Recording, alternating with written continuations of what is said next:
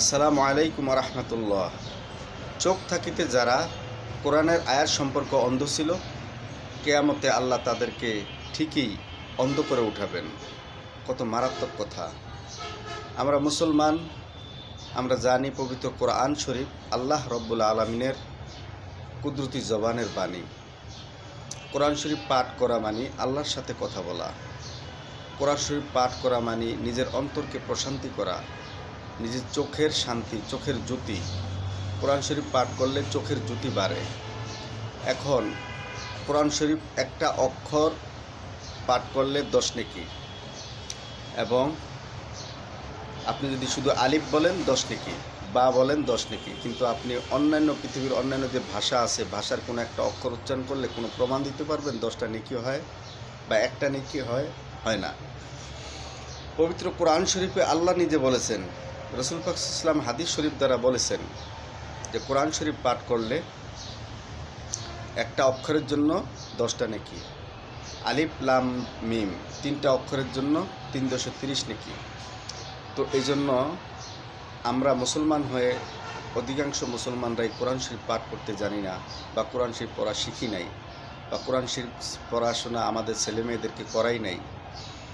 আমাদের ছেলেমেয়েদেরকে জেনারেল শিক্ষিত করার জন্য আমরা সকালবেলা ঘুম থেকে উঠিয়ে স্কুলে পাঠিয়ে দিচ্ছি, কেজি স্কুল বা বিভিন্ন মাদ্রাসায়। আমি কোনো পড়ালেখাকে নেগেটিভ বা কোনো বলবো না, কিন্তু আমরা কোরআন শরীফ পাঠ করা চেয়ে আরবি পড়া চেয়ে আমরা জেনারেল পড়াকে গুরুত্ব দিয়ে কোরআন শরীফকে ছোটোকাল থেকে আমরা বাচ্চাদের কাছ থেকে সরিয়ে রাখি। এটা ঠিক নয়। কেননা কোরআন শরীফ পাঠকারীকে আল্লাহ রাব্বুল আলামিন এই কোরআন শরীফের মাধ্যমে কবরে, হাসরে, মিজানে শাফায়াত করাবেন। এই কোরআন শরীফ শাফায়াত করবে। যে কোরআন শরীফ পাঠ করে নিয়মিত, তাকে কোরআন শরীফ শাফায়াত করবে। শাফায়াত করে আল্লাহর কাছে বলবে, সুপারিশ করবে, হে আল্লাহ, এই নিয়মিত দুনিয়াতে কোরআন শরীফ তেলাওয়াত করতো, এই বাণী আমাকে তেলাওয়াত করতো, আমি কোরআন শরীফকে তেলাওয়াত করতো, পড়তো, শিখাইতো, শিখতো। এই জন্য আল্লাহ ওকে মাফ করে দিন, জান্নাত দিয়ে দিন।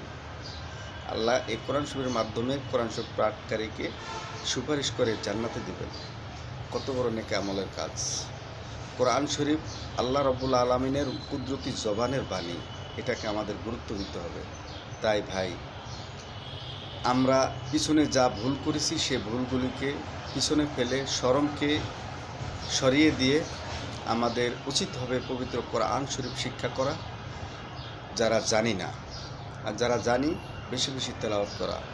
অন্ততপক্ষে দিনের ব্যস্ততার কারণে যদি নাও পারি, তাহলে সকালে ফজর নামাজের পর, সন্ধ্যায় মাগরিবি নামাজের পর তেলাওয়াত করব। আল্লাহ রাব্বুল আলামিন আমাদেরকে পবিত্র কোরআন তেলাওয়াত করার তৌফিক দান করুন।